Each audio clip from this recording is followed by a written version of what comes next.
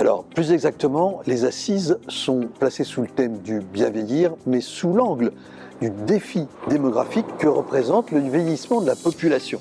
Et d'ailleurs, nous avons commencé à ouvrir ces assises par un très bon exposé sur la situation démographique de la population française, à savoir la baisse de la fertilité, des dépenses, parallèlement l'augmentation de la durée de la vie, avec un vieillissement de la population, et puis une démographie médicale qui est, on le sait, en baisse. Ce problème démographique est à la base de beaucoup de choses.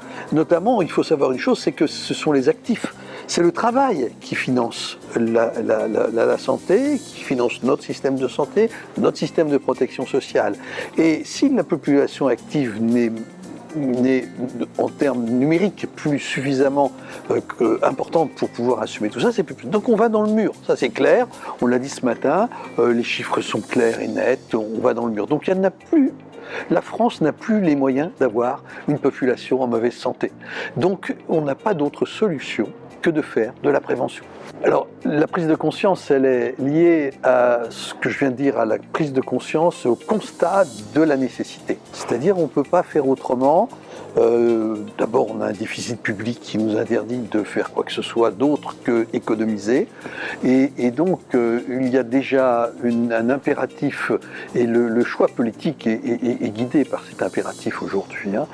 Cette prise de conscience, elle est aussi associée au fait que on sort du déni et de l'incompréhension quand on voit des solutions. Et il se trouve qu'on est dans une temporalité aujourd'hui où les solutions existent.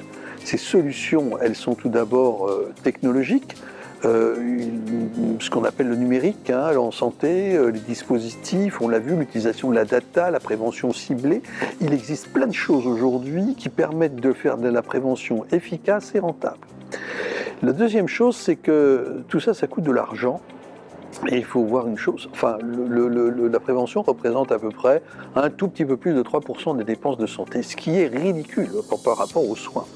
Et là, il existe aujourd'hui, commence à émerger des dispositifs de financement, des solutions de financement, des produits de financement qui permettent de financer cet investissement en sachant que la dépense qui est faite aujourd'hui pour la prévention ne sera entre guillemets rentable que dans 5 à 10 ans.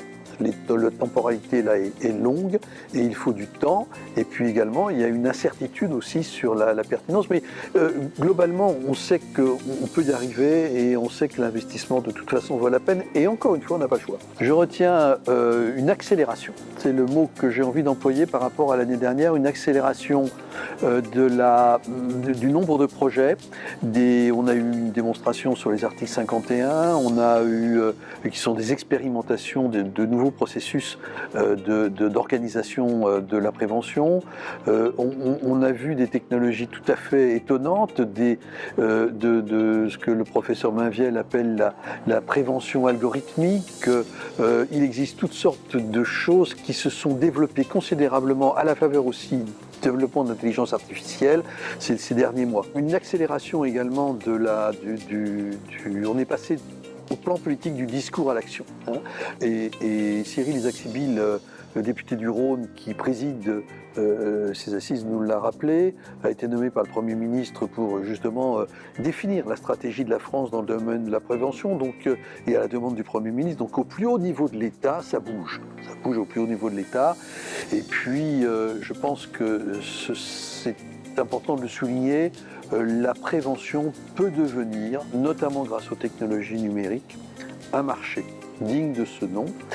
Et d'ailleurs, si nous ne le prenons pas en main, ce sont les GAFAM qui le prendront en main, parce que les jeux de technologie sont là, notamment à base de smartphones. Et donc là, il faut faire très attention, parce que on pourrait louper un double virage, celui du business et celui de la santé publique.